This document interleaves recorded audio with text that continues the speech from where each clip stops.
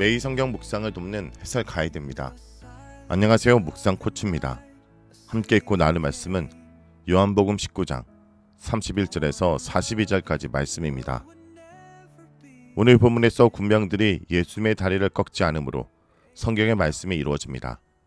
예수님은 유대인의 준비일에 동산에 묻히셨습니다. 이 과정에서 아리마대 요셉과 니고데모의 믿음이 돋보이게 됩니다. 요한복음은 세 종류의 믿음을 제시합니다. 참믿음, 거짓믿음, 애매모호한 믿음. 참믿음은 예수 그리스도를 믿고 순종하는 것입니다. 그러나 거짓믿음은 입으로 믿는다고 하지만 순종의 열매가 없는 것입니다. 이와 달리 애매모호한 믿음도 있는데 대표적인 본보기가 두려움 때문에 자신의 믿음을 숨기는 유대 관리들입니다. 아리마대 요셉도 이러한 관리들 중에 하나였습니다. 그러나 예수님의 십자가 죽음 앞에서 아리마대 요셉은 용기 있는 행동으로 자신의 믿음의 열매를 보이는 자가 되었습니다. 빌라도를 두려워하여 누구도 감히 나서는 자가 없을 때 그가 예수님의 시신을 찾았습니다. 말씀을 보겠습니다. 31절에서 37절은 예수님의 시신입니다. 예수님이 죽으신 날은 안식일의 준비일이었고 그 안식은 특별한 날이었습니다. 왜냐하면 6월절 주간의 안식일이었기 때문입니다. 신명기 21장 22절에서 23절에 따르면 범죄자를 나무에 달아 죽이더라도 그 시체를 밤새도록 나무에 두지 말아야 합니다. 그 시체가 땅을 더럽히기 때문에 당일에 장사해야 됩니다. 이 율법에 따라 유대인들은 군인들에게 시체를 치워달라고 하였습니다. 다리를 꺾어 치워달라고 한 것은 죽음을 재촉하기 위해서였습니다.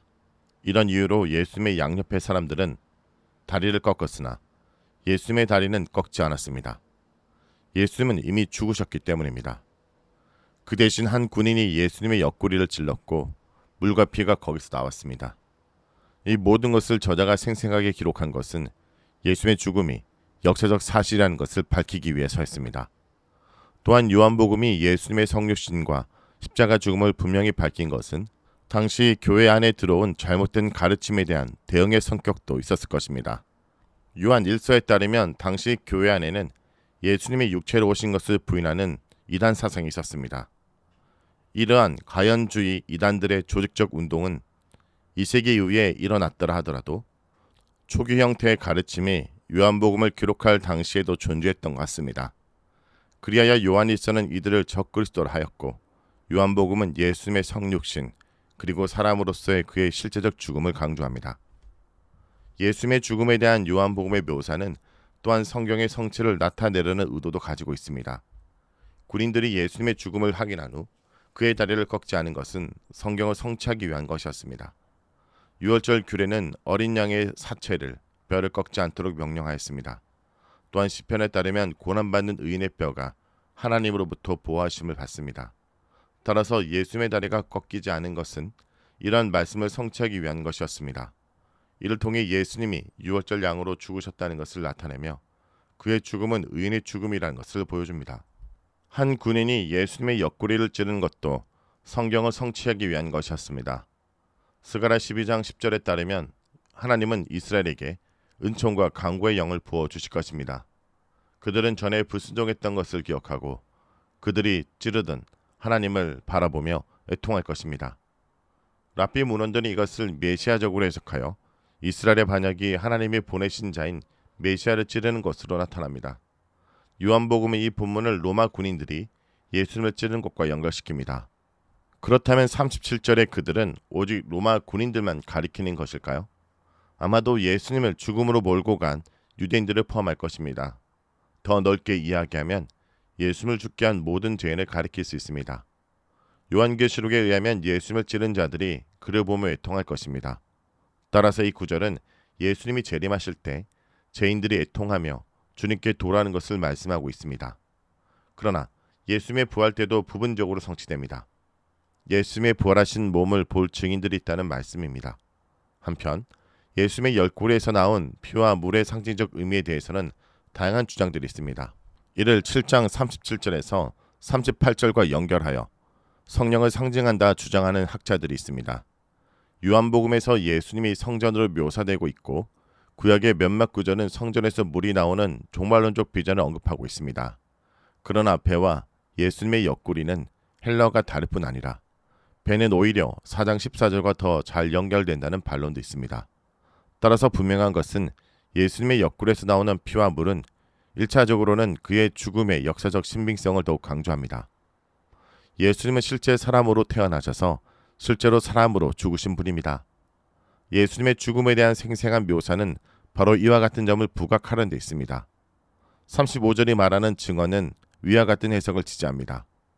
요한복음의 저자는 무엇보다 자신이 예수님의 실제 죽음을 증언하려 한다는 것을 강조합니다. 더욱이 그의 증언이 참이라는 것을 주장합니다. 그리하여 예수님의 죽음을 믿게끔 하려 합니다. 이는 요한복음의 기록 목적과도 연결됩니다. 그것은 예수님이 누구신지를 밝혀 독자로 하여금 믿고 영생을 얻게 하는 데 있습니다.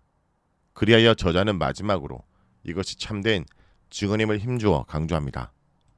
38절에서 40절인 아리마대 요셉과 니고데모의 예수님의 장사입니다.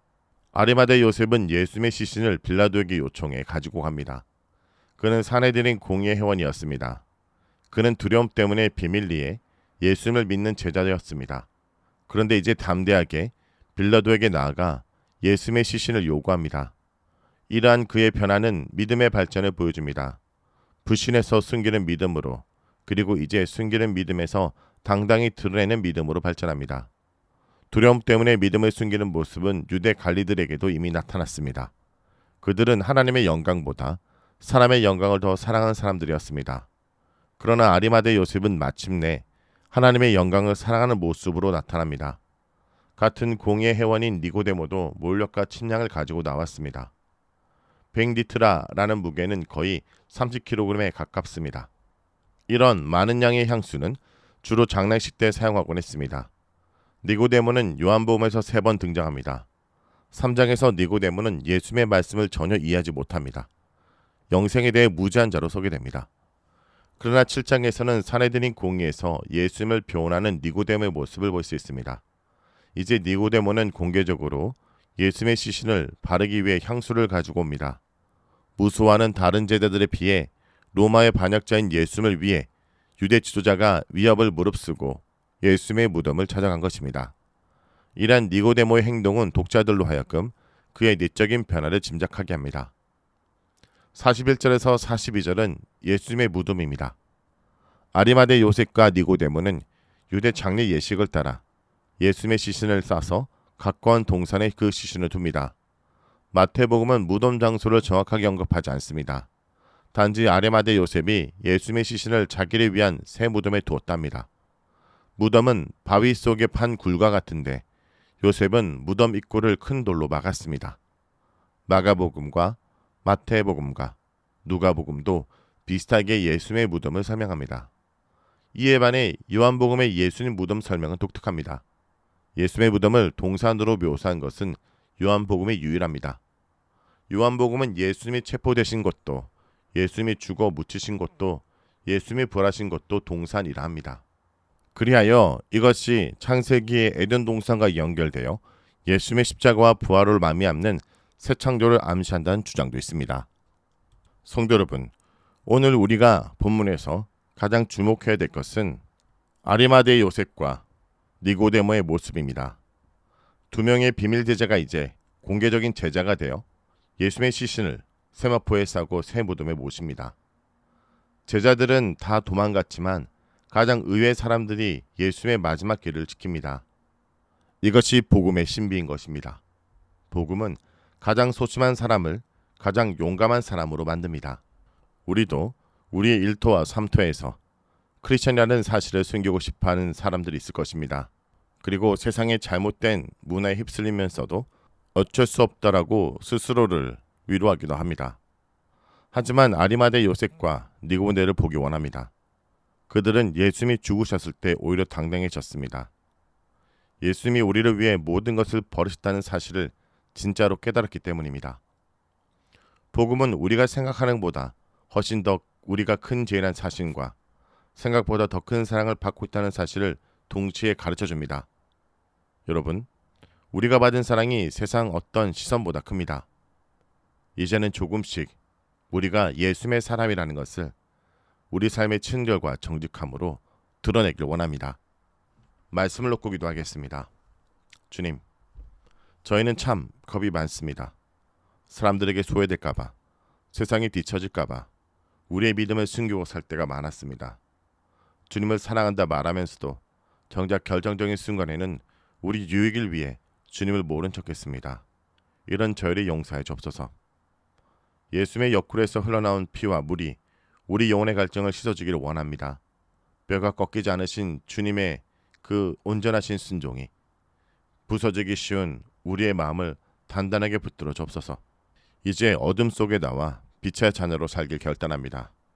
학교에서, 가정에서, 우리의 일터에서 우리가 예수의 제자임을 부끄럽지 않게 해 주옵소서. 우리 삶이 니모데가 드린 향유처럼 주님께 향기로운 선물이 되게 하여 주옵소서. 죽음을 이기고 부활하신 우리 주 예수 그리스도 이름으로 기도합니다. 아멘.